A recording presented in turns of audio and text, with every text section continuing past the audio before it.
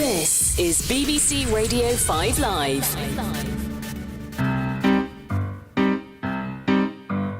This is a Tsar from BBC Radio 5 Live, so a big privyet to you. That means hello, you know. This is where we just kind of celebrate what's good and interesting about Russia, and we're leaving all the unpleasant, worrying, even terrifying Russian stuff. We have made it to E, and we're joined by my favourite Russian woman in Altrincham, going from Moscow, moved to Bury, ended up in Altrincham, a Russian teacher and something of an expert, Olga Makarenko. Olga, you're great, and so is Igor in this Olga and Igor partnership, the comedian Igor Mearson, who's in St. Petersburg. So, Igor. Yes. E. We asked you for a word beginning with E. What do you choose for us? Yes. My word is eggplant. Eggplants. Now, yes. We call it an aubergine. The Americans call it eggplant. I'm so sorry, but still it's in English, isn't it? It is in English. So what do you call it in Croatian? It's patlıcan. Baclajan, the same. Baclajan. The same. Yeah. Right. Baclajan. Very Baclajan. similar. Okay. And what is it that you like about it? First of all, I like it as a food, but I have chosen this word because of this color. We use this word to explain what the color is. So sometimes you call it violet or ultraviolet or something like that, but we call it the eggplant. And So you call it Baclajan. Baclajan. Yes, baclajan. And the interesting thing for all the football fans who is going to come to Russia, they have to know this and remember this, that if they see any car with this baclajan, with this eggplant color, they should be worried a little bit because usually this is a very cheap car. Therefore not safe. Not safe, yes. It's not safe to take this car because... Okay, like a taxi, you mean? Yes. In Russia, in general, you don't actually, as a rule, don't call a taxi company. If you want to get from A to B, you just lift your hand. You stand in the road, lift your hand, and a number of cars will stop and you just say where you want to go and bargain. So Really? if they say 1,000, you say 500, and they say, okay, 700, and say 600. Right. And if you're not happy, you just let them go, and the next car will approach, and you do the same. It doesn't sound entirely safe, that. It seems somewhat unregulated, this market. When I talk about it now, like having lived for 12 years in the UK, it sounds insane. Literally, I used to work in a restaurant and I finished work at 3 o'clock in the morning. And I would go to the street, a completely empty street, and I would raise that hand. Somebody would go past and I would pick a lift almost every single night. And now I think it's insane. I did But it. does it still happen? Will it, a football fan wandering around, lost It and still bewildered happens. at 3 a.m, if they stick their arm out, will somebody come and pick them up? It depends on the football fans. If it's 5 big bold guys, no one will stop. Speaking English. Yeah. Okay. And are you fond of eating it? This vegetable, Igor. I only ask because I've got a friend called Frank Skinner, who's a very famous British comedian. Yes, I know.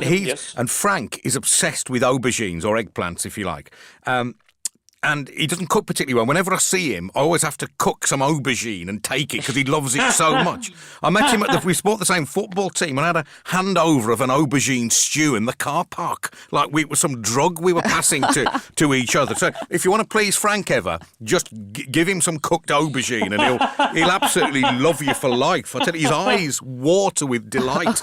Now your E, on paper, Olga, I've got to say it looks boring.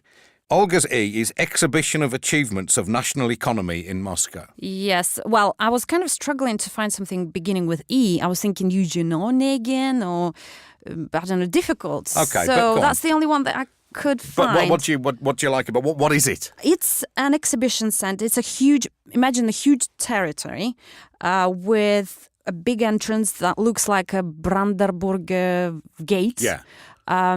You go in and it's like alleys and alleys of pavilions, shopping centers, people going on roller coasters.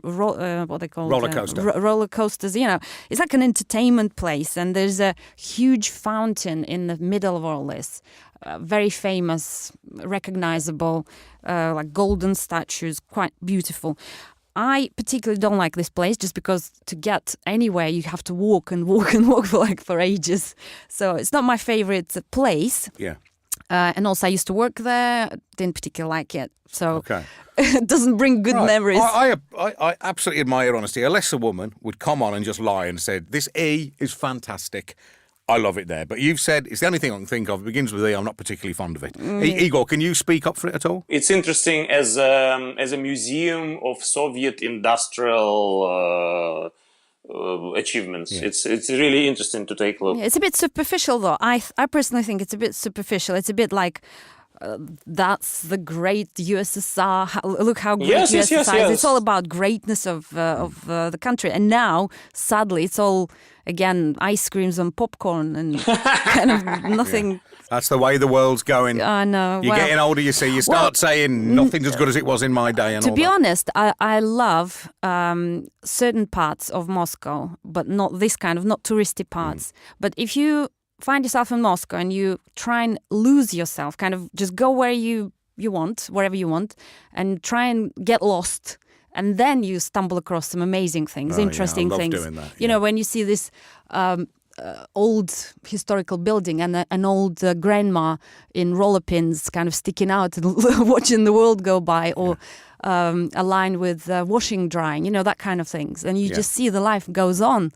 But you don't see that life in here. No, I get that. So something suggests itself to me with the Russian language. You need to be able to roll your R's, don't you? Like you just said, Brandenburg Gate, and like Igor's name is Igor. I mean, what if you can't roll your R's? Can you still... Yeah, that's absolutely fine. It's okay, not a disaster, not a disaster. It's like kids, they can't roll R. Right. They don't say R. A lot of the time, I think until they're 7, I think they're kind of okay not to say ra. It was very funny when I was 5. Until that age, I couldn't say a proper r. And it was very funny. My family was watching news on TV, and one second, I came to the room, came up to the television, and said, Gorbachev, Reagan, Gorbachev and Reagan. And that was my first 2 words. It was a big cheer. Proper R. I shall try this with my kids, actually. Thank you for the example. Okay. Corbyn. Theresa May and Jeremy Corbyn. Republican. Yes. Okay, so our E is has got no R's in. It's Eisenstein. Now, does the film director Sergei Eisenstein mean anything to you? Is that a name you're familiar with growing up in Russia? Absolutely. For me, Eisenstein is a biggest example of Russian film industry and like a father of Russian film industry. And even now, all the directors and editors, they are learning by his, I don't know what it is, like diaries or recommendations or something, the way he was editing and cutting his films and his plans, the plans he used. So he's kind of a father of Russian filmmaking. I'd heard of Eisenstein. I might have known he was a film director, to be honest. I might not. But I knew he was significant. And I heard of Battleship Potemkin. But I couldn't tell you what it was all about. And I found out a lot doing this. And this is legendary in cinema terms, for a particular scene in it when they're running down the Odessa steps. Absolutely. Silent film. Now, Eisenstein wanted to be remade with a different soundtrack every 10 years. Something the Pet Shop Boys, the British band, were only too happy to oblige him with. They were responsible for one of these recent remakes. And I asked Neil Tennant from the Pet Shop Boys about it. Here he is on how this came about, rescoring Eisenstein's classic. You'll enjoy this, Igor. Have a listen. About 2003, we were asked by the director of the ICA, completely out of the blue, would we write a new score for it?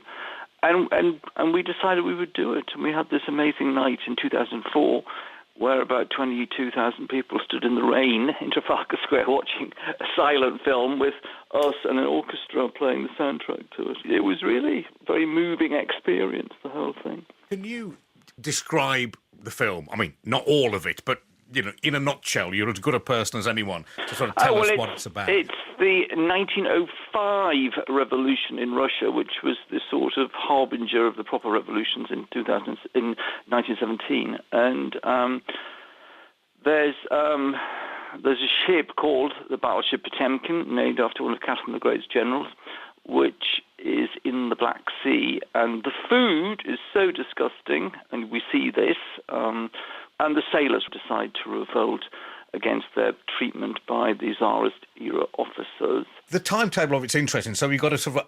this is ahead of the revolution of 1917. It's set in 1905, so it was a precursor to it. Where the people get shot outside the Winter Palace, and it creates... And the Tsar has to liberalise afterwards, yeah. Yeah, and then... So we're now looking back on it from 1925. So...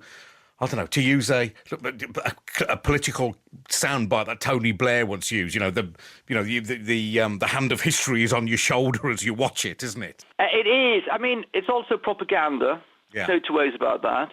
It's made as a, so the Bolshevik government wants to establish the prehistory of their revolution, which is an important part.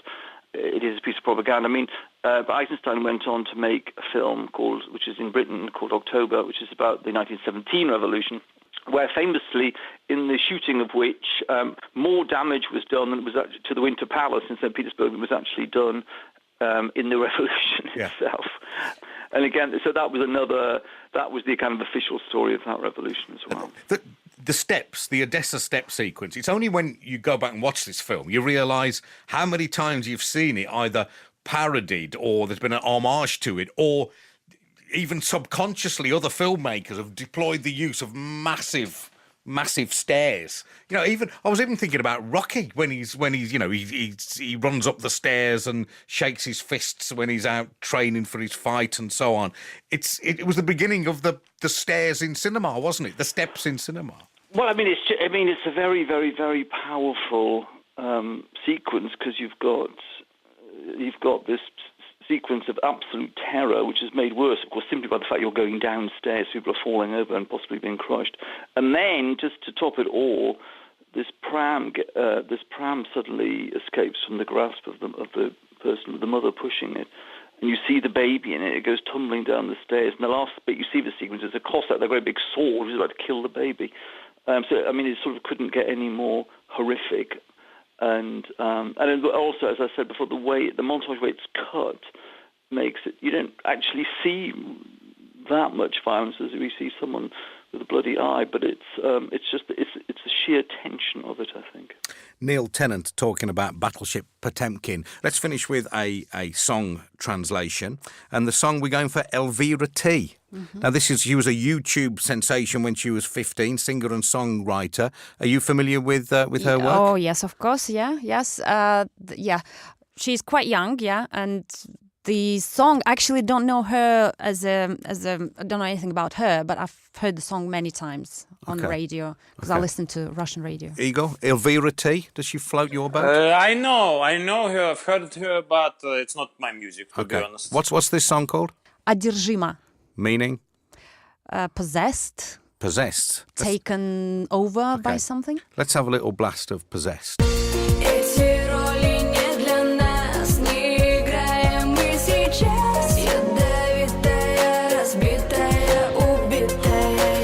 Sort of there, isn't it? You guys like rock, I can see that. Well, it sort of washes over you. It's a girly song, yeah, I know. Maybe.